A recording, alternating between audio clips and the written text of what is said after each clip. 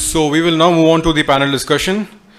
The first panel discussion is on the topic, the media landscape, nuances and influences.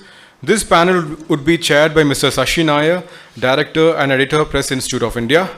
Before joining Press Institute of India, Mr. Sashi Nair had served the Hindu Business Line as Assistant Editor and the Times of India, Chennai as Chief Copy Editor. He has also been a columnist for the New Indian Express and for many years wrote on heritage, sports and civic issues for Madras Musings and The Hindu.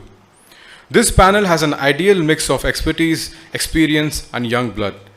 The esteemed panelists who will be joining us are Mr. R. Prasannan, Resident Editor, The Week and Malayalam Manorama, New Delhi. Mr. Surinder Singh Oberoi, Senior Journalist and Political Consultant, International Committee of the Red Cross, New Delhi, and Mr. Oberoi will be joining us virtually. Ms. Namrata Hasija, Research Fellow, Center for China Analysis and Strategy, and Ms. Anuntra Rangan, Research Officer, Chennai Center for China Studies. Now, I would love to invite the chair for the panel, Mr. Sashi Nair, to deliver the chair's remarks and introduce the distinguished panelists. Please, sir. So, good morning, everyone, and welcome to this session. Before we begin, let me first introduce the panelists. To my left is Mr. Prasannan. He's come from Delhi. He's resident editor of The Week and Malayalam Manorama. He writes in English and in Malayalam. And he ran for many years a very popular column called PMO Beat. And then now he runs another column, which is a fortnightly column? No, weekly. Which is a weekly column called Power Drive. So he has this flair for, humorous writing, and humorous writing is very difficult, as some of us know. And Mr. Prasannan has, of course, spent 40 years as a journalist. I think more than 30 years reporting and writing from Delhi. And he's covered several key happenings, wars, from Kargil to Siachen to Afghanistan. He's traveled to China, to Tibet, the nuclear armament deal, etc. in Washington some time ago. So he is, if I might call you, a battle-scarred newsroom veteran. Yeah? That sounds good, isn't it? Yeah, but no medals, unfortunately. No medals. Yeah. But journalists really don't strive for medals. Yeah? There is something else that drives us always, isn't it? Yeah. All right. So welcome. I'm very happy that you're here with us and you've taken the trouble to come all the way from Delhi. So thank you very much. Chennai welcomes you. You've got Mr. Oberoi on the line? I first met Mr. Oberoi 15 years ago, I think. He was the political advisor for the International Committee of the Red Cross in New Delhi.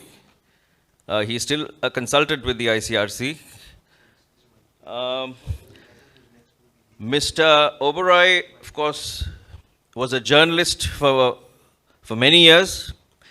He was, I think, chief of bureau with the AFP in Delhi. He's covered. There you are, Mr. Oberoi. It's always good to see that smile of yours. Good morning. Can you hear me?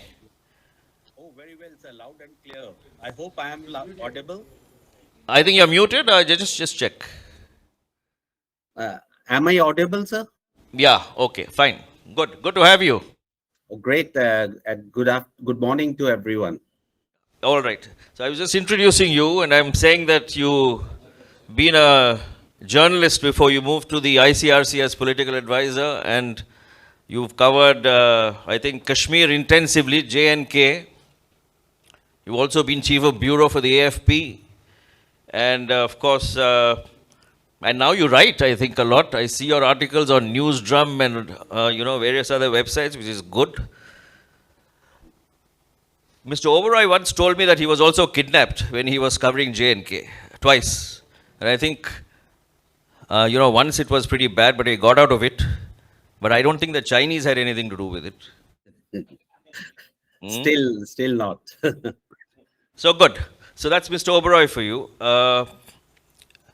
And then Mr. Ramakrishnan, unfortunately, will not be able to join us because he is just returned from Moscow and a couple of other places, and he's not well. So he's actually sent me a script to read, so we'll do that in the course of this discussion. And then we have two youngsters here. They are both researchers. And we like researchers and we need researchers because good journalism is all about good research. Unfortunately, today's journalists, the young journalists, do not do that. It's all Googling and finding information most of the time. Not all of them, but most of them. Pleasure to have you here, Namrata. She is left her 1.5-year-old baby in New Delhi in her husband's care, and baby was unwell, but she's here. And when I asked her, she said, I was committed. I said I would come, and I made it. So that's wonderful. Pleasure to have you. Namrata is, of course, she is a researcher at the Center for China Analysis and Strategy in New Delhi. And her specialization is Taiwan, or your interest is on Taiwan, and you got a fellowship from the Taiwanese government. All right. So, and you also know a bit of Mandarin. Yes, sir. Under Mr. Ranade's influence. He's the one who sent me. Yeah. All right. Good. So good to have you. And finally, last but not the least, Anuntara works for the Chennai Center for China Studies. And she's contributed a lot to this program. She's done journalism, bachelor's degree in journalism, not from the ACJ. No, okay. And you've done your master's in public relations, international. Yeah, so that's a good mix. And you've also been a journalist before? And now you are a researcher with C3S. So that's a good combination. So way to go. World is at your feet. Right, so we'll start. And I think I have a few minutes to talk, apart from the introduction. So let me just, I prepared some notes, and a lot of the questions will be based on what you all have told me earlier, or some of the material that you've sent. Quick backdrop, because it's always, although it's media, we also need to look at a bit of perspective. I know a lot has been spoken yesterday and today, which has given us a lot of food for thought. In fact, today's morning session with a veteran like Dr. Sridhar Krishnaswamy, I missed part of it, but he had so much to say. It's very interesting. Of course, Mr. Shivaraman here, although it was based on trade and economics, but all these things make up the canvas. And media is, after all, reporting about things that happen. And there are so many things that we need to talk about, and we need to know the larger perspective. All right. So I happened to read, a conversation. Amitav Ghosh, he is, of course, the acclaimed author. He had with the Hindus Ramya Kannan recently. She's the chief of bureau here. So I think he had come to Madras and she'd interviewed him. And it's interesting because he's written, his latest book, whether you've heard, it's called Smoke and Ashes, and you've also must have read his trilogy, which focuses a lot on poppy cultivation and things like that, and some wonderful research again. So he says, this is again with the China focus. Amitav Ghosh is focused on the Indian Ocean region and the Bay of Bengal in his latest book, Smoke and Ashes. Asked if China is poised to lead the world, this is from the Hindu, Ramya's article. Asked if China is poised to lead the world, he said that a massive geopolitical shift is underway. For the last 400 to 500 years, Europeans were dominant, but now we see this massive shift where there is leadership, not just in terms of military power, but also in terms of productivity. Just in terms of the weight in the world, there's been a huge shift. The BRICS, most of you know BRICS stand for Brazil, Russia, India, China, and South Africa. The BRICS economies together have become for the first time larger than the economies of the G7. If you take all of the Indian Ocean region together, including, say, the Pacific Rim, by far the greatest part of the world's industrial and economic activity happens in this region. But this is how human history used to be before the 18th century. China was the great manufacturing hub of the world, and India was another great manufacturing hub. This shift that is taking place now is causing great upheaval. And I don't think the collective West is going to be easily reconciled to these changes. He also said a lot about the Myanmar poppy planting, that has shifted very close to Indian borders. I don't know whether you all have heard about it, but that's happening. There is no bell, I think, for this session, so thank you very much. I spare you that, spare you that agony, because there is a bell, but, oh, when? When is the bell? When is the bell? 5 minutes before and 2 minutes before. Before? What? The end of that. Oh, yeah, so I get 1 hour we get an hour without the bell, right? So it saves us a lot of agony. So every 10 minutes there's a bell. Is it? 10 minutes every speaker, 10 minutes. But this is a conversation, so I don't know how that works. So at least you know that you have covered 10 minutes. All right, okay. But anyway, journalists don't really worry about, bells and whistles. So we carry on. And yeah, exactly. And like Professor Suryanarayan has demonstrated very clear the last 2 days, I don't think he's worried about bells at all. So he's a writer and columnist. And with him to give us the inspiration.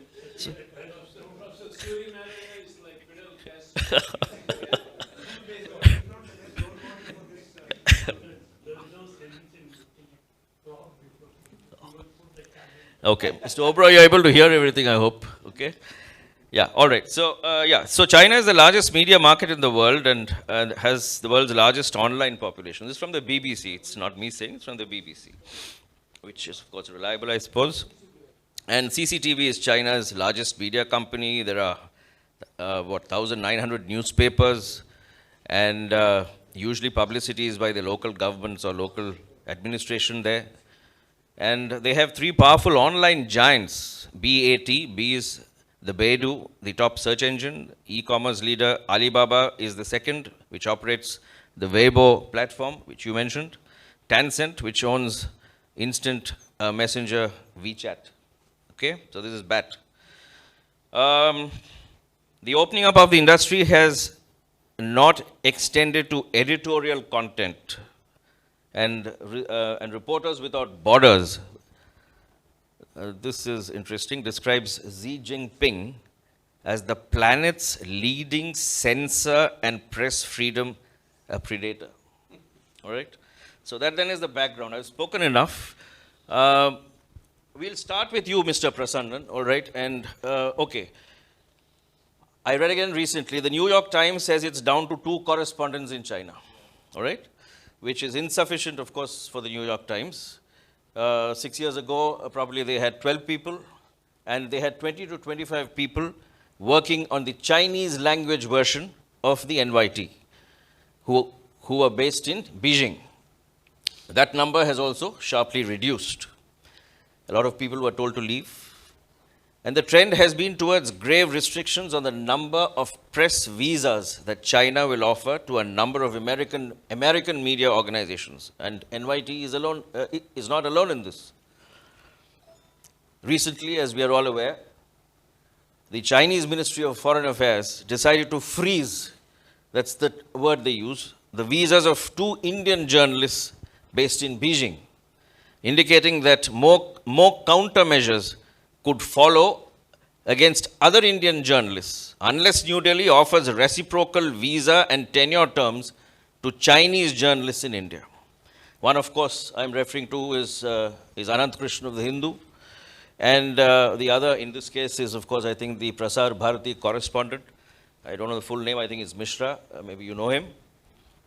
And you mentioned the PTI correspondent in China being the last to be asked to leave. His name is Mr. Verma, I think, yeah.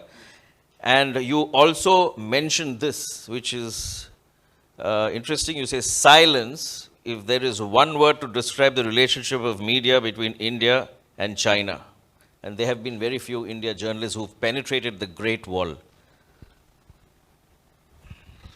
Thank you, Shashi. Yes, exactly. That is the point. There is a great wall. And that great wall is unfortunately becoming greater and greater, or taller and taller, or thicker and thicker. Though, despite the kind of protestations that they make when we, in fact, I've been to China twice on media delegations, basically to attend media seminars and exchange of ideas and all that. And the thing is that their understanding of media itself is, fundamentally wrong, or not how we understand the media and all that. For us, media means what? I mean, people do things, government takes decisions, things happen, developments are there, and we media report. I mean, nobody tells us what to report and what not to report and all that. Of course, there are certain restrictions which are in the constitutional restrictions under law, those are there. But the Chinese expect us, for example, the constant complaint, both times I remember, was that whenever there is a high profile visit from a Chinese leader to India, and of course the Tibetans would protest naturally, that is what happens and all that. And the media highlights that, why do you do that? So then they often protest to the governments also, which I can understand, they can protest. But they protest to the media, and it shows, and they immediately from that they draw their own conclusions that the Indian media is influenced by the Western narrative. Of course, Indian media is, I accept that there is a Western narrative that is prevailing over most of our narratives also. But then, unfortunately, we have to blame the world order for that, and we can't blame the institutions for that. Now, the other point which I wanted to stress, that the Chinese are complaining that, but at the same time, they are not building the kind of institutions that they want to project their power, the soft power. See, what is media? Well, media is also part of the soft power that a country projects. Unfortunately, the Chinese don't understand that. Fortunately, also, one can say. Like, media is part of, I said, the pop culture, or this thing, like, they have to institute. They don't have a CNN. Their radio or the television may be bigger, the largest and all that, but how much of influence do they have on the rest of the world, or the way the rest of the world is thinking? They are not minimal. Yes, all that is within their own little Chinese-speaking world, and they are not able to penetrate the minds of the people elsewhere in the world, which with the smaller infrastructure, fewer number of correspondents or reporters and all that, a CNN or a BBC is able to do. So this is a point, because they are not able to project that, the soft power, one. Secondly, you also have to have the other institutions that shape the thinking of a nation. I'm talking of these great universities and all that. Yeah, they may have large universities, but do we ever think of a Chinese university at par with either Oxford or Cambridge or Harvard or Stanford? No. So they are not able to intellectually influence the world, and also in terms of information also they are not. So that frustration you find whenever we talk to the Chinese and all, and that's the biggest problem also. They want a certain kind of narrative to be followed by Indian media and all that, but at the same time they are not able to make that kind of influence it, or even change its course in any manner that they want. So that frustration is always there. That's what I meant. But India has also retaliated. No, we've also sent these. Regarding the visas, thank you. Yeah, the visas, because that was the question. Unfortunately, we are degenerating into that situation where we are having the kind of media relations with the Pakistanis. Okay, that number of correspondents there, your number of correspondents will be restricted in the same manner, like the reciprocity syndrome that we are right now. Look at Pakistan and India. There are no reporters. There is no single Indian reporter or correspondent in Islamabad. Similarly, there is no Pakistani correspondent in Delhi or anywhere else. The same with China. But then the Chinese use Indian media persons to get their news. I mean, they employ Indians as part-time reporters and all. Whereas, unfortunately, the Indian media does not do that. We don't employ any Chinese part-timers or stringers to collect news from there and report in Indian media. Mr. Oberoi, quick comments on that, and maybe some opening comments as well. Same question to you. Yeah, thank you. I mean, Prasannan very well said that, Chinese, there were around 14 of the journalists who were working literally here in India. And now I think there is not even a single one present here except that a couple of staff who were working for the uh, Xinhua news agency. Otherwise, as far as the newspapers are concerned or the televisions are concerned, they are not. And similarly, they are also not there. But what is happening right now, when you look into it, the way foreign journalists are being harassed in Beijing and the surrounding area, and the limitations where they can go around, or the staff, if they want to hire there, of any newspaper, who is a foreign newspaper outright there. It's so difficult for them to hire. They have their own pool of staff or a journalist, which a particular agency like New York Times or others have to hire those things. And the foreign media literally wants to go beyond that. Now, having said that, I was just looking into right now that how the narrative of Chinese active participants who may not be an active journalist, but the ones who literally work for them, and they are in millions, I have been told, the people who literally create some sort of a environment or a narrative for the Chinese outright there.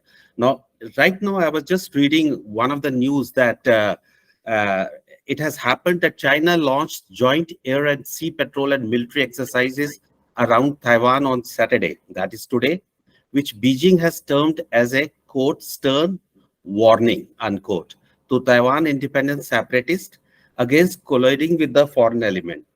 And this is again Xinhua news agencies who have reported. And this exercise has come at the time, rather it's an angry response to Taiwan's Vice President William Lai, who is now at a stopover in the US. And same thing I think we are going to witness at the time when this BRICS meeting is going to take place. There's going to be a battery of journalists, the Chinese journalists who are well trained outright here. So that becomes Mr. Oberoi, you've also mentioned that the Chinese government's reputation, or rather lack of repute, is also sending spies, etc., to infiltrate media, business houses, etc. On what basis do you say that? See, Shashi, like if you look into the way the Chinese have been working, the first message which they usually get is that they have to be patriotic. They have to love the CCP, their political party. And this is the training which most of the journalists are given. From 2012, rather 2014 onwards, all the journalists local who get the press card have to pass a test, a tutorial. Until and unless they pass that particular tutorial, they cannot look into it. And secondly, how do the Chinese do that? I mean, as I was mentioning about the public opinion analyst, now these are the local newspapers who have quoted about that, how thousands of the volunteers have been working who get a good salary, and their jobs are twofold. One set of people who work is the monitor Chinese work as well as their interests outside China, as well as collect all the information, and they have the information centers in any place where they are present. If the BRI, the Belt Road Initiative, is present in more than 100 countries, then think that they have got 100 information centers where they are collecting all the information which are there. So in one way, if you look into the way they have been functioning, is quite closed, but also they make them to work for the benefit of their own country. All right, got it. All right, got it. Anuntara, taking off on that, the constitution of the PRC, all right, guarantees freedom of speech and of the press, which the government violates with, I mean, absolutely violates, as you've said in your study, and we know it. With China restricting restricting not just press freedom and visas, but also scaring people out of talking, to what extent do you see that chilling effect on the free press as an issue around the world? And the ranking of China is way down in the Freedom of Press Index? Yeah, first of all, I would like to say that China has been doing this for decades now. And before answering your question, I would also like to add a few points on to what Mr. Oberoi mentioned. So it was from right from 2003 to renew the press identification passes for journalists. They had to take up 50-hour course on what Marxism is and all that, and they also have to understand what the central propaganda, the party's propaganda is, and also about the general administration and how things work and all that. And they've also, interestingly, they've also mentioned about how the journalists should know about the ethics. China has a whole new ethics for journalism as to whatever they say, you report. Nothing other than that, nothing, apart from that. So to answer the question, sir, China is currently ranked as the 179th in the reporters' freedom, that report that was published. So it was earlier said that in 2022, the points of China was around 25.17. In 2023, it's 22.97, and the last position that was given to North Korea, it only has 21 or so less. If this continues, obviously China will be ranked 180th position, which is actually a shame in global world and in the global arena. It's already a shame, no? So we are way down. Yeah, so with just a difference of 1 point between North Korea, it is proving that it is no less than North Korea and all that. And with all this, apart from just looking into press and media, it is also about social media, which is actually in the trend and all that. So again, to add to Mr. Oberoi's comments, we have, China has something called 50 Cent Party or 50 Cent Army that they mentioned, who actually work for the CCP indirectly by promoting China's values or by infuriating stuffs in social media, like how China is actually viewing the place and how China is the only good country in the world and all others are enemies of China or everybody are bad and all that for that matter. Yeah, thanks. Namrata, you mentioned an article is published in June, right? And it describes a Chinese documentary on the 1962 war, which is also being recommended by Chinese people on both these social platforms, Weibo and WeChat. And the Chinese people are asked to watch these videos? And what is the purpose of this? May I, if I have your permission, I think what Sir was saying about the frustration that Chinese have of not having any ability to kind of build narratives, I respectfully disagree with it, because I think they have made enough inroads in our media, different media houses, journalists, and in fact, I would say that they have been pushing their narrative rather shamelessly here. And they did that, they have been doing that for a long time. They have cultivated people for a really long time. And in fact, you would see that especially when India refused to join the first Belt and Road Forum. If you look at the articles that were published, now these are not articles written by the Chinese, but they are articles written by Indians. But they are towing the line of the Chinese.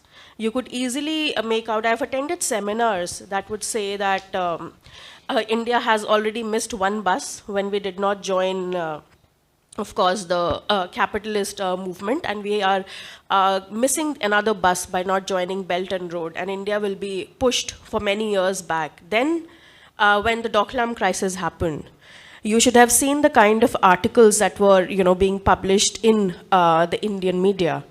And also, if all of us remember, there was a journalist that was actually arrested for spying for the Chinese, Mr. Sharma. In fact, his articles, be it the Diplomat where he published the articles or the Global Times, and when his articles were being published in Global Times, the title that they used to write was that he is the Indian correspondent for Global Times.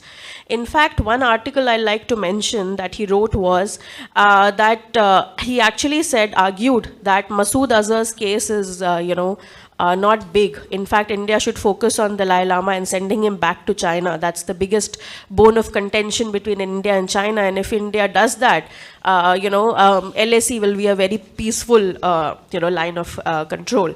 So not only he, I don't want to name, but prominent academicians, think tank people have all published articles, favoring the Chinese and saying that India should, in fact, even after Galwan Valley incident, there were so many articles that, we could read that were actually saying that, India should kind of continue business as usual with the Chinese. And in fact, Airtel's chairperson also said that we need to have 5G. 5G, if we don't have from the Chinese, our, our development will slow down. So I feel that they have made enough inroads. You see all the editorials, Indian Express, you see Hindustan Times, you see the Hindu.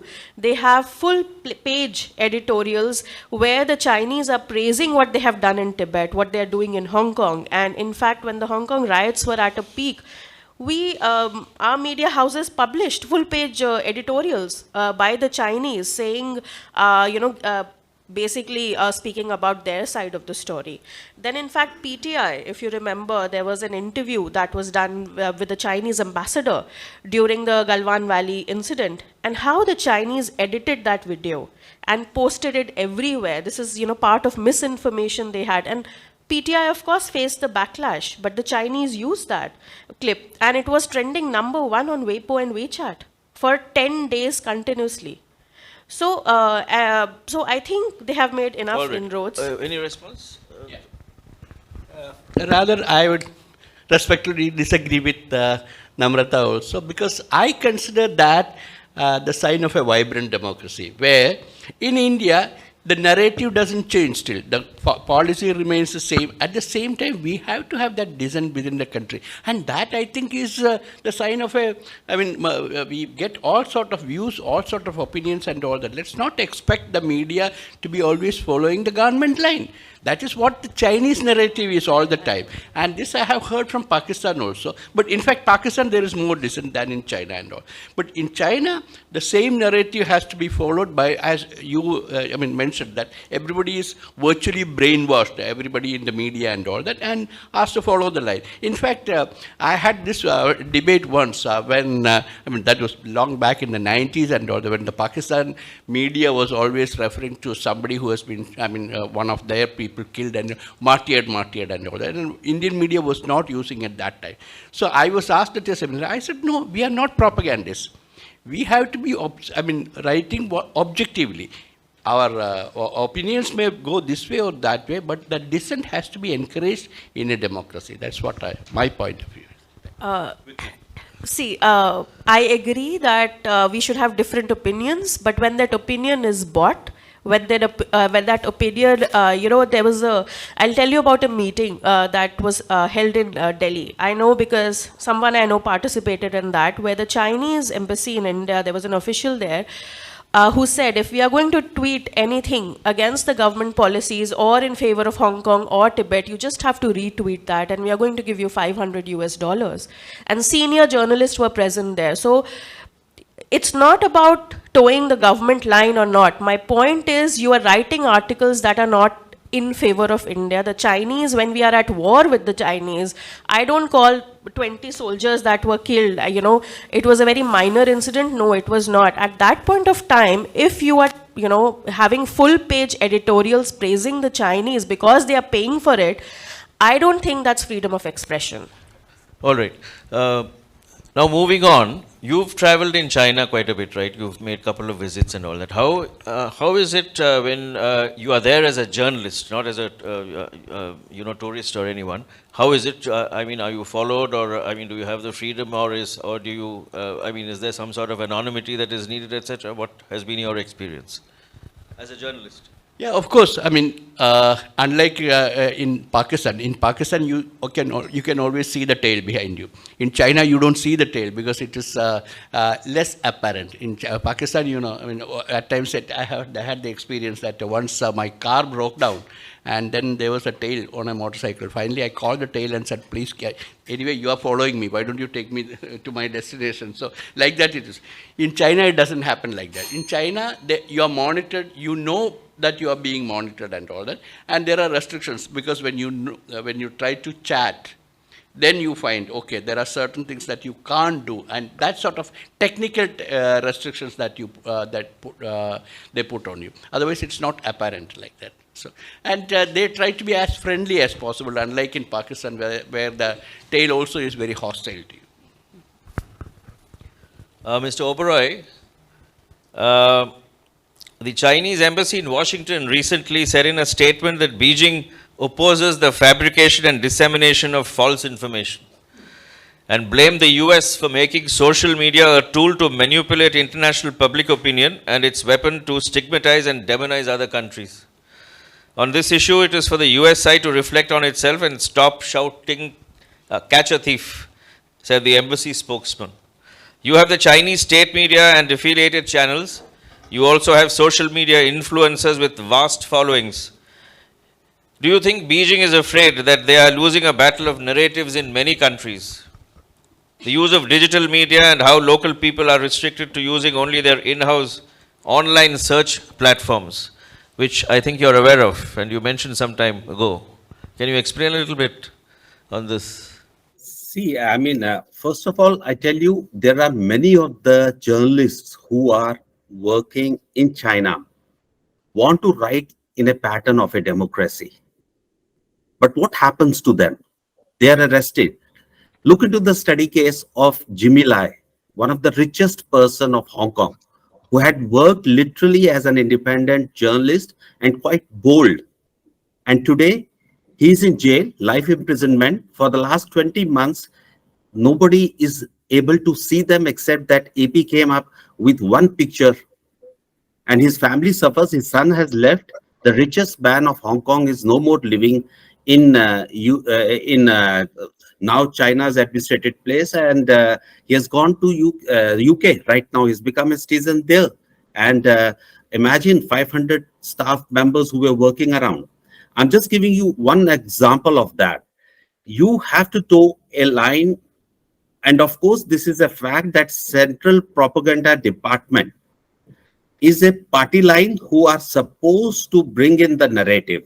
Now they have failed or they have passed. They might have not been able to reach to the developed countries, but look into their access, their substitute in the global south.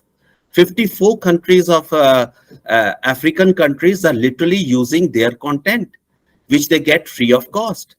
The internet has been provided to them. Analog has been converted into a digital platform. And most of the private televisions, radios, they have already bought, if not directly, but indirectly through their things. So their strategy is totally different. They don't want to have any of their materials to land into California or Silicon Valley. As you mentioned about the 3 search engines, which finally land into the Beijing. So what is happening to us, as well as to US, as well as to many of the countries, that we do not get the exact information of what exactly they are doing. We are totally in an opaque way, the way we are living. So naturally, we are also trying to intrude into them. All right, got it. Okay, okay, Mr. Oberoi. Yeah, okay. I'll have to stop you, stop speakers at intervals because, you know, I mean, there's a bell behind me which keeps buzzing. So, you know, okay. So, Namrata, now again, you know, taking off on that, how has China been using its state-controlled quasi-state or so-called private media to unleash propaganda or information warfare against India during recent conflicts? Yeah, of course, I'm referring to Doklam and others, and you know, you've also mentioned about, you know, some articles being published in the Global Times and other papers. Yeah, can you tell us a bit about it? Thank you for the question. I think I mentioned a bit about PTI, you know, how, you know, this interview happened where the Chinese ambassador was interviewed. This is after Doklam. And the interview was actually edited by the Chinese, and they posted it online. And they posted it on their website, the Chinese embassy website. in India, and they also posted it at other, their official media or their basically on WeChat, Weibo. So this is misinformation. In India, of course, PTI faced the backlash, but they were using this interview as kind of propagating. Of course, they also have to do it for the domestic audience as well. So they were propagating that how it's, of course, India's mistake that Galwan happened, and it was India that crossed the LAC. Now this video, like I said, for 10 days, it was actually the #1, and there were millions of people who watched it in China. Then, if you remember, also during this phase, there was a meeting between the Chinese ambassador and Mr. Rahul Gandhi, and they posted actually a photograph of the meeting. And within minutes, the photograph became very popular. And then, as mischievous as the Chinese are, they removed the photograph. So, again, they have been, this is kind of, so they've been using disinformation, misinformation, and also direct, of course, there were direct threats also from the articles that were there. And the first, of course, the propaganda has been, they have been doing that, but during the Doklam crisis, if you see, the kind of propaganda that was unleashed, we had never witnessed that before, because after a gap of many years, they actually started talking about the 1962 war, and they started writing articles that what happened in 1962, India is going to, face even worse, defeat. And then there were many other threats. The first was, of course, that they are going to renew the insurgency movements in the Northeast. They're going to re-recognize Sikkim. And then there were many articles also that were published where they said that, they are going to support Pakistan in case of, any standoff, if there is, between India and Pakistan due to Kashmir. So there were many articles, and the number of articles were like, there were especially the Global Times, they were also in PLA Daily, Guancha had articles, People's Daily, like Xinhua had more than, it had 6 dispatches during English dispatches during the Doklam crisis, then even the Galwan Valley crisis, and during the Doklam crisis, there were direct personal attacks on our Prime Minister, on the Foreign Minister, on the National Security Advisor, and even during the Galwan Valley, there were articles, that were, of course, written in, there were English language articles and the Chinese language articles that kind of China unleashed a propaganda against India, and how, it was, of course, India's, and there were videos, I think everybody would have seen on Twitter, how they showed that Indian soldiers are actually begging and, holding their ears and saying sorry to the Chinese, soldiers. So this is the kind of propaganda that they unleashed. Okay, yeah, you can add. I agree with this. They are attempting all this, but does it carry any conviction? So it doesn't carry conviction in the national narrative of even India. But despite all the efforts that they have taken, the narrative remains the nationalistic narrative in India. So my point is that we have to have the difference of opinion, a dissent view, and I don't think there is nothing wrong in a news agency interviewing the Chinese ambassador when the Galwan was happening. We have interviewed Pakistanis also during Kargil. At that time it takes place. That sort of information, that we can't restrict information like that, but then sift out of that, and then we know that we form the national narrative after the sifting. Secondly, placing an ad, it's an advertisement that which you are mentioning. It's not an editorial; it's an advertorial that we call it. It's an advertorial, and it doesn't carry any conviction. It's their propaganda. They are spending money, and that's all. So what is wrong with it? Let's not fall into the trap of being a sort of autocracy or where no dissent is allowed. Then we are following the Chinese and falling into their kind of trap. What they are doing. So you think there is no effect on the narratives? That's your opinion, but I have seen that it does affect people, and also, it does affect when Indians are writing in favor of China. It does affect. There's a narrative that is being built, and it's not only being built in India, but also in the neighboring countries in South Asia. And, you are saying there's no harm in interviewing the ambassador. Would our ambassador in China get the same space by the Chinese during the time when we are actually having a clash with them? And then they are using the same video to kind of spread misinformation. Exactly, that's the point. the Indian ambassador in China won't be interviewed. But in India, the Chinese ambassador would be interviewed. That shows the strength of our democracy. Sir, but then All I right, would like to let's add a not, few points. No, I'm sorry, sir. No, I would like to add something to that, sir. So with all due respect, I actually disagree to what you say, because ever since 2016, China's foreign ministry, they have a specific organization called Chinese Public Diplomacy Association. So it was set up in 2012 to propagate the Chinese narrative, and they've been, giving out fellowships to Indian journalists, to Pakistan journalists, and to other Southeast Asian countries journalists. And to highly mention that a lot of this fellowship, it actually goes to the Indian Express journalists. And they have the lot of number of fellowships, and they have been the highest number to be recorded to attend all those programs and all that. So with all these, fellowships and the training that they are undergoing during this particular period of time, obviously all these editorials that ma'am was mentioning about earlier has been generated all along in various newspapers like Hindu, Indian Express, and Times of India, and all for that matter. Yeah, but fellowships are offered by Western countries also. Do you think every fellowship is to influence No, sir. projects of soft power? Each country attempts it. But the fellowship is it is concentrated on to give to journalists who actually deal with China, who actually write about China. That naturally a fellowship, the person who would be selected would be an expert in that. No, then how would you, take into account the activities of United Front Department in India, the propaganda department in India, the international liaison, division that we have in the Chinese have, the activities that they are doing. In fact, if you see that most of the ambassadors that are being posted by the Chinese in Sri Lanka, in Pakistan, and in neighboring countries, they are not diplomats. They are from the United Front Work Department. So if you're saying that the Chinese are making no attempt to change the narratives, they're not interfering in these countries. I'm sorry, that's not what I said. They're attempting, they're making all the attempts. What I'm saying is that let them make that attempts, but our narrative still remains. So No, the our public, narrative- okay, let's just Yes. leave it Our there because narrative we change. carried on. that We is just the got strength 12 of a minutes left. democracy where Mr. we President. allow opinions to be heard. Mr. President, we leave it there. Mr. Oberoi, you want to add anything to what you heard? I just want to tell them what Mr. Prasanna was saying. And he's right in one thing, saying that we do not have to toe the line of propaganda which they are trying to spread. If we fall a prey to them, that means we are weak.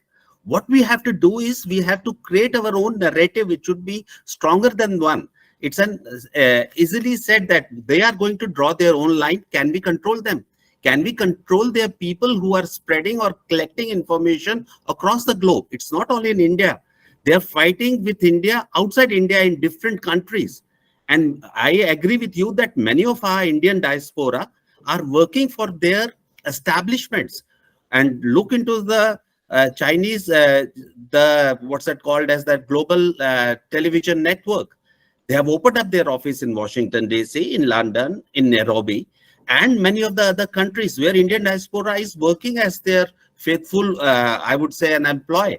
And those persons even don't consider themselves as an Indian, the ones who have been working around. But the issue remains that how strong we should take this challenge and what should be the narrative. I tell you many a times when we want to have a bite from the government, we do not get at that particular time.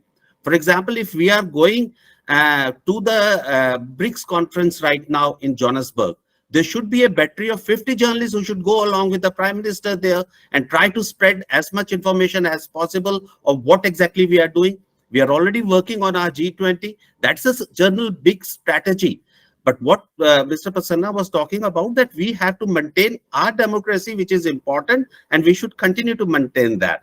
And their strategy is totally autocratic, which they are trying to maintain on their account. He wants to be back into their fourth time also. And this is one of the reasons that Taiwan is being challenged. They may not go for a war, but he has already given a timeline of 2027. Why? Because the next elections will be after that 2027. All right, Mr. Oberoi. Yeah, we got, I mean, the flavor, but probably you all will have to field questions in the end, so we'll take it then. Namrata, coming back to you, this is something else. You say China is using Indian students who study there to spread disinformation in India. Hmm? You say they've also been influencing Indian media houses and journalists to write pro-Beijing articles. This is what you mentioned. But on what basis do you actually come to this conclusion? About the students? Yeah, because that's, I mean, Yeah. that's really a big thing, right? Yeah. I mean, if you're See, using students. So what happens is, of course, when the students are coming back after studying from China, they've also formed a alumni association here in India, and of course they have a president, general secretary, who are, of course, and this is information that is like a first-hand information. So they are being paid handsomely, of course, and they are also employed in different agencies. So they have CRI, they have a Hindi website, and this was inaugurated maybe a few.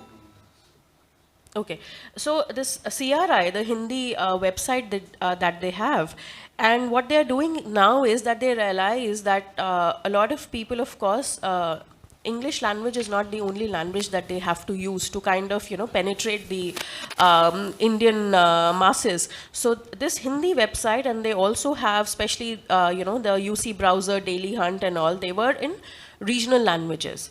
Now this CRI website, if you go to the website and you check the articles that were being published during the Galwan Valley clash, and the kind of articles that were being published, they were written by all by Indians, and all those Indians, if you check their background, they all had, at some point of the time, they got scholarships and they came back, and then they were employed by CRI.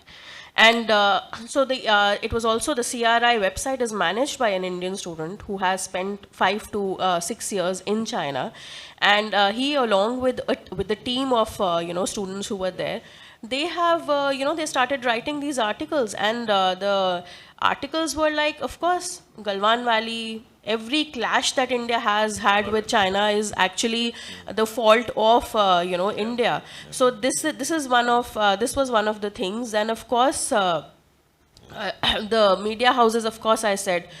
They have been influencing. They take them on, they of course give them scholarships.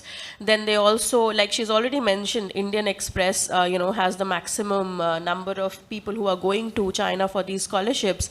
The few journalists who went, they also made a comment. So what if, I think we think that it was India's fault, and so what if we are writing that Galwan Valley was India's fault? That, doesn't make any difference. Okay, we get it. Thanks. I've been asked to wind up quickly for the Q&A, but before that, I think we must read out what Mr. Ramakrishnan, despite being ill, had, sent. Of course, we tried to include him in the panel and at least join online, but he's unwell. Of course, he covered Xi Jinping's visit here to Mamallapuram, and this is what he says. I'll read it out quickly. So he says, in the run-up to the Mamallapuram informal summit in October 2019, which Prime Minister Narendra Modi called Chennai Connect, and immediately thereafter, the media was guarded in its treatment of the event. It's a fact that the media covered it extensively, as a Chinese president does not visit India frequently, let alone a place of historical importance in South India. But the sense of cautious optimism was evident in my interactions with other members of the Indian media contingent, or the reportage of the event, or analytical pieces or editorials. I do not remember having come across any Chinese journalist where the Indian contingent was accommodated.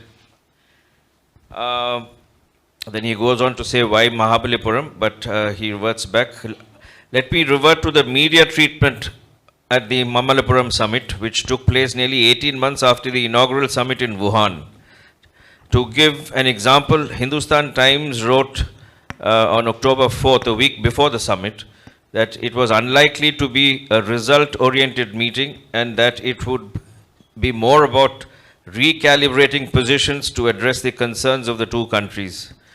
That there was uneasiness between the two Asian giants was all too evident for everyone to see. Only a couple of months prior to Mamallapuram, China reacted strongly to India's action in J&K. Nearly 10 days after the event, Shyam Saran wrote in the Hindu explaining how Mamallapuram was more of a holding operation. He pointed out that at Mamallapuram, differences over Jammu and Kashmir and over Indian military exercises in Arunachal Pradesh were prevented from escalating into disputes. There appears to be a fundamental difference in the approach of both India and China towards bilateral ties. While India favors the importance of peace on the line of control as a prerequisite for normalcy in the broader relationship, China's stand has been that specific issues shouldn't define the overall relationship. Apart from the political dimension, there is one view among experts, including sections of the media, which is that if the Indian economy grows stronger than what it is, given the fact that India's per capita income, as per the World Bank, he quotes a figure in 2022, is far lower than that of China's per capita income, the normalization of ties will take place sooner than later if this happens. However, it's easier said than done. The difference, by the way, is for India $2,388 in 2022. For China, that figure is $12,720. With all the differences between India and China, one distinct feature of the relations between the two, vis-a-vis India-Pakistan ties, is that the space for emotion is narrower here than the other. This can be used to bring countries closer, and it remains to be seen whether Xi Jinping, in his third innings, takes the initiative. At the moment, it looks very unlikely, isn't it? Yes? So the Hindi, Chini, bye-bye thing is a thing of the past. Would we agree on that at least? We were never, even at the epitome of this thing, that Hindi Chini Bhai Bhai, we were never. Okay, right. So, okay. Right. Mr. Oberoi, you're ready now. We'll open up for questions, all right? So, just be there in case they have questions for you as well. And if you have any comments, you can also add, because we still have some time, all right? There are some online questions also. Yeah, sure. That maybe Shruti can read it out? Yeah. So I would just like to remind the panel that narrative war is very much part of grey zone warfare. And that is how China burns you from inside by creating alternatives. That doesn't give you an alternate opinion if he has bought an opinion, because there is no logic in that opinion. So I would entirely disagree with what your contention is about democracy. I agree that there has to be alternate perspectives, but that there has to be a logic and analysis to that perspective, and not toe a bought line that you have paid for it, which is what the Chinese are doing. And there has to be a quid pro quo in this narrative warfare. That is the only way the other person will learn. And that is the reason why I would state the larger perspective of why the journalists came out. Because the kind of facility India was providing those journalists to get the string reporters were not being given by the Chinese to us. So it is this quid pro quo which will kill this grey zone warfare. So I would beg to disagree totally with what your contention that this is what democracy allows. Democracy doesn't allow a grey zone warfare. I'm sorry. Yeah, I'll just add one point to it.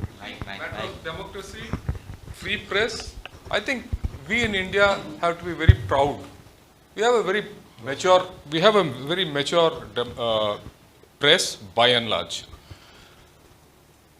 I don't mind the press having an opinion which is absolutely against the government of the day, the armed forces of the day, or any action of the day. It doesn't matter.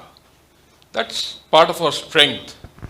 But in a democracy, it doesn't come free. It comes with a social responsibility.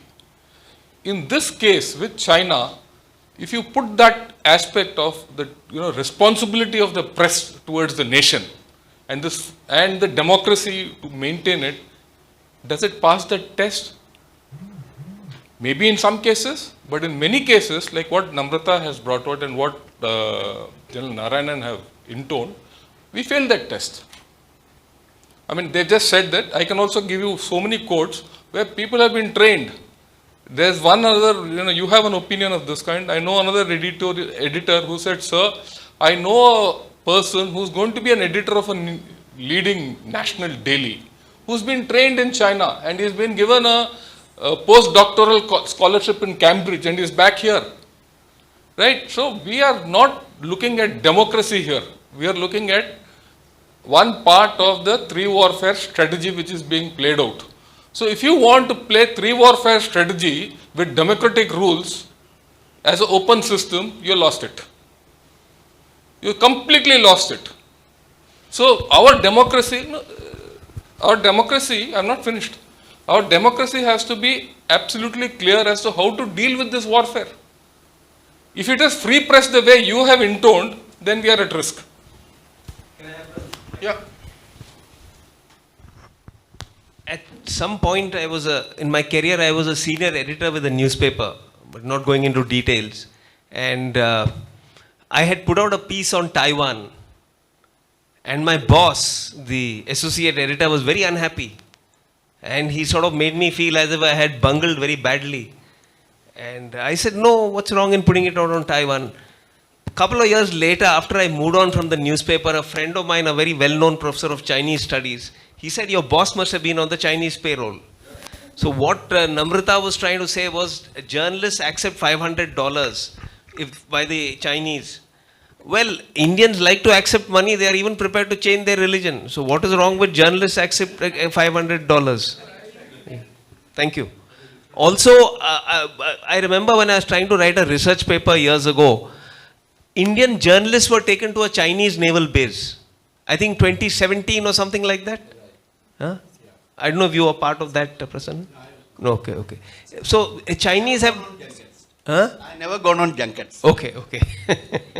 Okay, but so the Chinese... Except you or no, we were together. Some Yeah. of the Indian Army, Indian Air Force and all Yeah, that. yeah. We've been to a lot of... Also to Moscow once. Yeah, sure. Okay, thank you.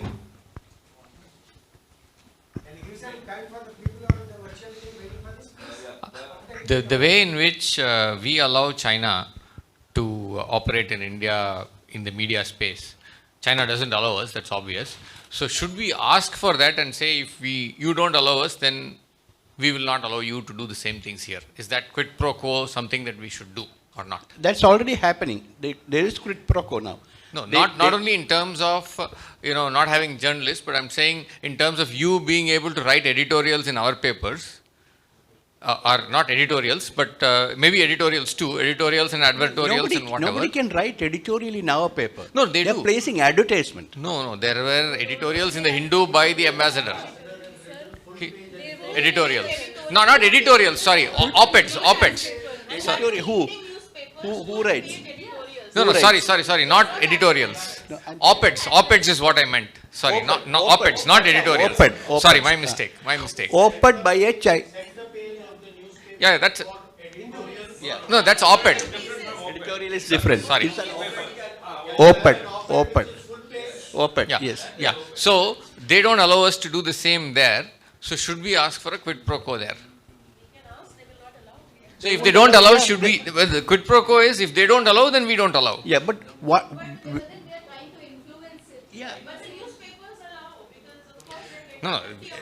No, that's true. I'm sorry. That's a wrong allegation. The newspaper does not get money, then it is paid news. It is paid news. In fact, when somebody writes an article, we pay the author. That's a policy. When the Chinese are writing opinion pieces Opinion. in this, is the newspaper paying them? The newspaper is paying them. I'm sorry, I come from an organization. I think those who are journalists here would agree. I mean, when somebody, if a Chinese expert writes in your newspaper an op-ed, who pays? The newspaper pays that person. Newspaper pays. The Chinese embassy. Yes. I'm sorry, then you don't know the... You are right. I mean, that's how it works. Edit pieces are different from advertorials. For advertisements, you pay. And then this is based on what good journalism is. There might be newspapers who might be paying. I'd just like to clarify, when you use the word editorial, you have handled an editorial page. Yeah. Sorry, I've handled an editorial page for a newspaper for quite a few years. An editorial basically means the viewpoint of the editor. Yeah. And then you have op-ed, which is the opposite the editorial, which is written by either an eminent economist or a distinguished diplomat or a heavyweight Yes. historian or a legal luminary. Yes. It's a think piece. Yes. So that is a Yes, so if Shashi Tharoor writes a big piece, op-ed, like he's saying, the newspaper will pay Yeah, Shashi yeah, Tharoor for yeah, it. yeah, So yeah. similarly, if a Chinese writer writes and the newspaper accepts it, Yeah. that writer will be paid. he's obligated to And pay. also, no, 1 sec. Also, when you say that the editorial is the view of the editor, it might not always be the view of the editor because the editor may be asked by the owner to put some view. It is the view of the newspaper, not an Yeah. individual. No, when I Not say an editor, individual. I mean the Thank proprietor you, sirs. editor. Thank you, sirs. I'm sorry to interrupt, but we need to move on to the Yeah. virtual Q&A session. Okay. Just one last question, Okay. and we'll Thank go you. for lunch. Thank you. Yeah. Okay, Mr. Oberoy's big smiles and all that. But what? You have something to say? I mean, you see, I was wondering, this is where what we lack. We don't understand that this is not a conventional war anymore. This is also not only a nuclear war anymore. It's a war of words. And how strong we are as a country. Have we been able to bring our narrative stronger than the Chinese narrative? That is more important right now. We have to fight with the words. We have to fight with our own editorials. How many of those editorials do we get? That's where we need to improve ourselves. And as far as the editorial policies are concerned, I agree that editors will never try to toe their own line except that whatever is their editorial policy of the newspaper. And we have our own intelligence agencies. And now what Namrita and colleague are mentioning about it, if they have got so many evidences and somebody is working as a spy in a newspaper or spy in a country, they needs to be arrested the way the former journalist of Global Times has been arrested. And that is where they need to work rather than we have to keep on beating the bush. And that's where we get ourselves literally dissolved. And we are not able to face. Yeah, I got it. I think we've all got a little worked up before lunch. Helps our appetite. Mr. Ranade. Thank you. Thank you. Just two quick comments to add on to what was being said. Firstly, we were talking about a democracy versus an autocracy. Well, it's an uneven playing field. In our case, the field is wide open. Chinese journalists here can do what they like without restrictions. They change their name. They go without authorization to various places. We don't do anything. Our journalists there cannot function freely. In fact, they cannot even write freely out there.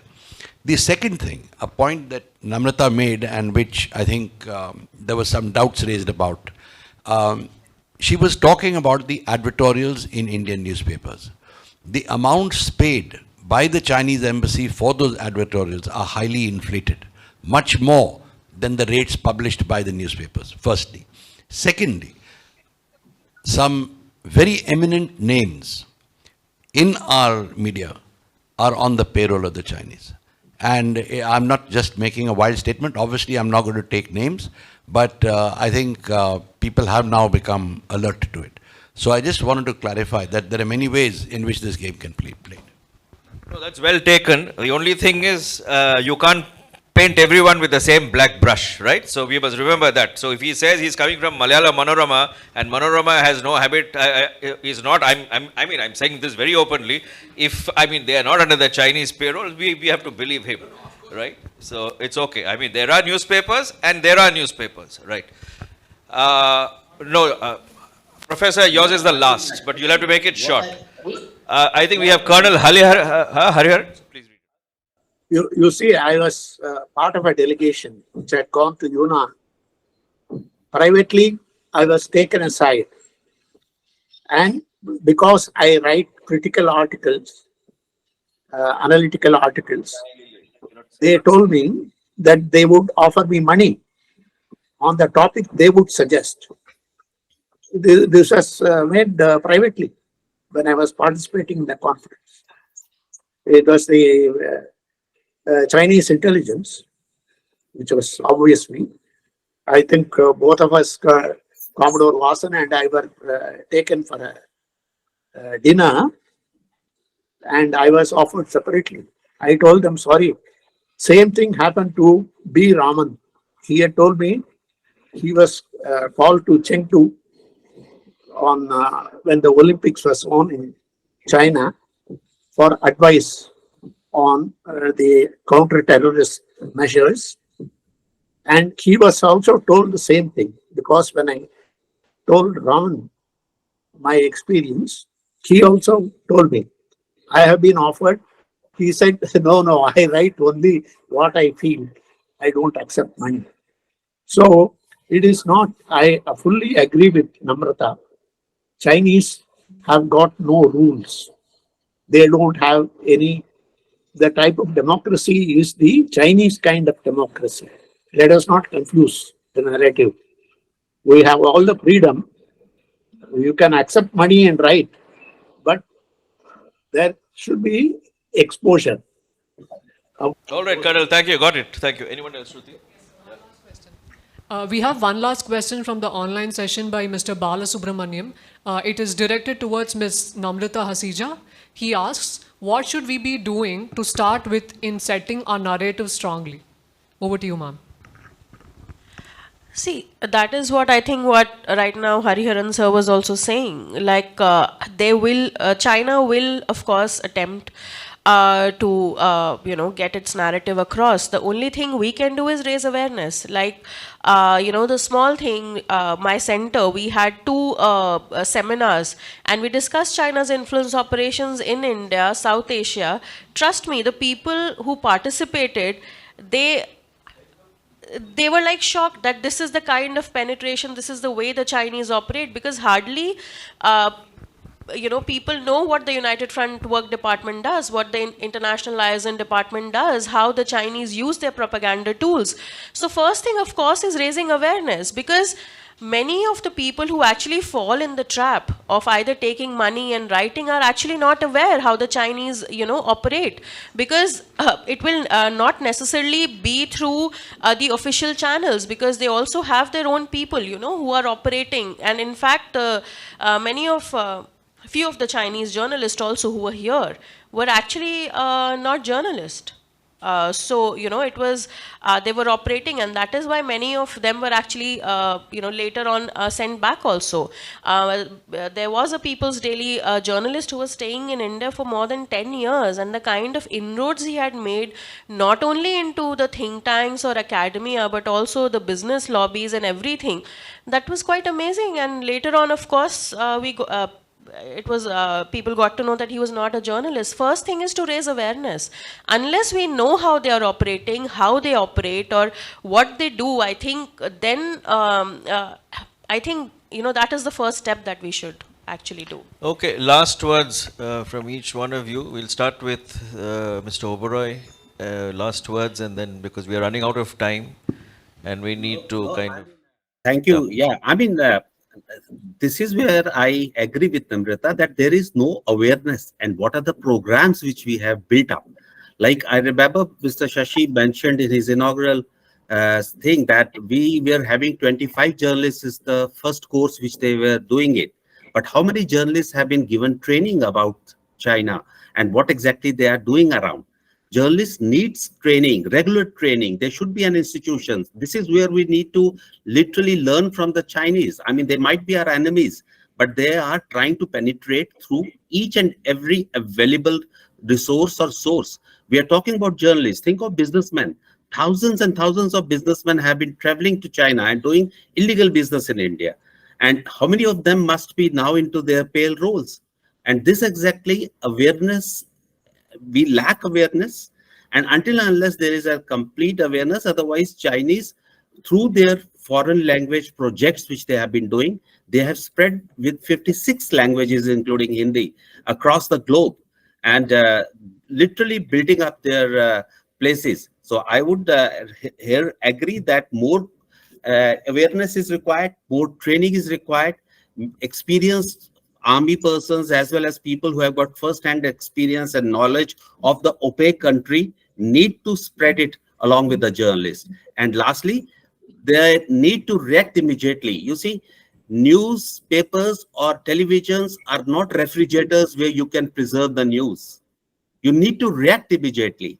You need to give the news to the news persons who are quite hungry for the news at that time. And this is where you literally need to build up the narrative. And we can be one step ahead of them. We are all learned, literate persons, but we still don't know how to use the media to counter China. Thank you, Shashi. Thanks, Mr. Obra. You're such a calming influence. Wish you were here, actually. We miss you. So, yeah, okay. Yeah, hold on. Mr. President. Yeah, there is nothing else to say, but my point thing is that, when you look at history, it's only open societies that have prevailed. You look at Greece and Athens and Sparta.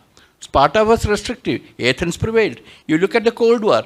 There was the West and the Soviet Union. Finally, Soviet Union imploded. The open societies finally prevailed. So let's not try to be like China or reciprocate the same kind of measures that they have taken. No, I'm sorry. We have to remain open. We have to, allow all ideas to clash. Yeah, we have to create awareness. There is no, disagreement over that. We have to be, aware of the pitfalls, but it doesn't mean that we have to impose restrictions and all that and be a closed society. No, not even an inch towards that. That's my point. Anuntara. So I would like to conclude by saying that yesterday Vasan sir discussed about the global influence operation that China has been doing it in India. So that we are not aware of. So that is not only being imposed in press, media, but also in the entertainment industry is what I would like to say. The thing is, as ma'am said, we need more awareness on what is happening and who are influencing us and who is influencing what and all that. Because even when it comes to entertainment, obviously the Indian media, preferably, if I would say Bollywood, is actually influenced by China and is actually being, the films are being produced and the hypes are being, more and all that. So it is actually better if we start, watching things keenly and reporting more on that, emphasizing more on that, rather than just, Namrata. I think we've got the next conference theme already. So we can work on that. But I think neither of us, wanted to convey that we should have any restrictions when it comes to, being a democratic country. And neither was I saying that our journalists should not write, against the government. Of course they should write, but not when they are being paid by some other government. That was my, thing that I wanted to say. And I think everybody said, right. just to raise All awareness. right. That's all. Professor, I'll come to you if they will allow. So I can't refuse you, but make it short and sweet because we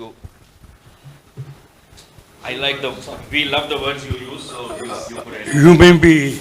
How many words? You have given a word limit. Yeah, you can, yeah. You may be surprised. I shall give you an illustration of how the Chinese government influenced the media houses in India. As we all know, 1975, Vietnam humbled the United States. Differences between Vietnam and Cambodia started coming out. Pol Pot and Ieng Sary had come to power. The urban population was being driven out. At that time, N. Ram, then editor of Hindu, and his then wife, Susan, went to China and Cambodia. They were given a red carpet welcome. And after returning to India, they both wrote an article in the Sunday edition of the Hindu, in the magazine section, where they praised Pol Pot and Ieng Sary. This is an Chinese literature on the development. Anti-Vietnamese statements have been quoted profusely. And if this happened before all of you were born, but Sunday edition of the Hindu, I don't recall the exact date, but you can easily find it out. This is how China influences media. I'll give you another illustration of how journalists can blaze a new trail in diplomatic history. You might have heard of André Malraux, the French political philosopher, who in 1966 went to China and had a lengthy interview with Mao Zedong. The English translation of it was published in New Republic in 1966. 1966. It was must reading for us because I was a research scholar in House at that time. In that interview, Andhra Marlu asked Mao Zedong, what is the impact of French Revolution on China? French Revolution took place in 1789. Mao replies, it is too early to tell. It is too early because China has been uninfluenced by the external world. It also gives an inkling of Mao's sense of humor. In fact, it's not in the interview, but Kingsley Martin, the well-known journalist who studied the New Statesman, carried the report. Andhra Marlu asked Mao, if instead of Kennedy it was Khrushchev who was assassinated, what would have been impact in international relations? Mao pondered for a couple of minutes and then he said, I'm sure Onassis would not have married Mrs. Khrushchev. There are journalists who have blazed new trails. I want to mention about Dan Puriya, Times of India, who was the first one when Nehru, after a humiliating defeat in the Northeast, and the treasuries in those things were being emptied, and Nehru said, my heart goes to the people of Assam. Dan Puriya, who was the editor of Times of India, was the only one to write, the Chinese aims are limited. They will occupy all the areas that they claim and then they withdraw. He was the only journalist to write that. There are other instances which I can mention, but I will not do that unless you call me for another seminar and ask me to speak on the media. I'll give you last one. Kindly, our practicing democracy, our freedom of the press. Krishnan used to say, I will not file a defamation case, however scurrilous they write, because they have the freedom to write. This is our greatest asset as far as neighboring Southeast. They all look at us with great admiration. The famous speech of Narasimha Rao in Institute of Southeast Asian Studies sometime in 1983. Southeast Asian College at the beginning of our peace policy, which it turns out I will not go into the details. After the speech was over, there was a question-answer session. There was a planted question. What India requires is not democracy, but discipline. Typical Lee Kuan Yew view. Narasimha Rao thought for 30 seconds and said, the antidote for the evils of democracy is not less democracy, but more democracy. Thunderous applause. The only man who was profusely sweating was Lee Kuan Yew. That is, we realize this only when we go to the country. So that was at the first Singapore lecture in 1994. I was there in the audience. The first Singapore lecture in 1994. I was there at the audience. Lee Kuan Yew actually, he took, as if he's, removing the sweat of, that was his response. He just did this, he could not believe the answer, that Narasimha Rao gave. The answer to the ills of democracy is more democracy, not less, he said. I still remember that, All right, so thank you all very much. So cheers to that. Thank you, Professor. And Mr. Oberoi, thank you for joining us from Delhi. Have a good lunch. All right, we'll think of you when we're having lunch. Thank you for joining and for your views.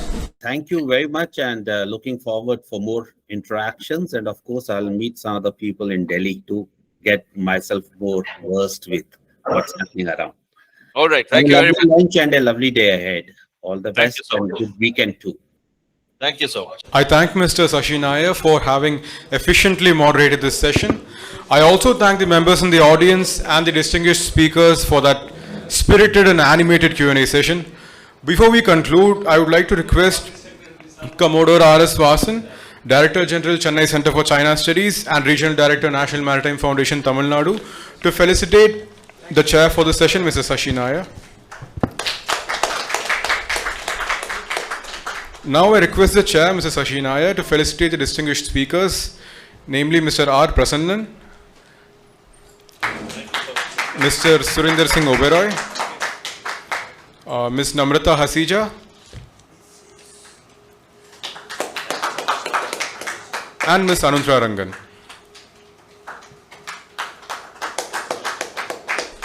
Thank you, madams and sirs. We have come to the end of the first panel discussion. I invite you all for some lunch.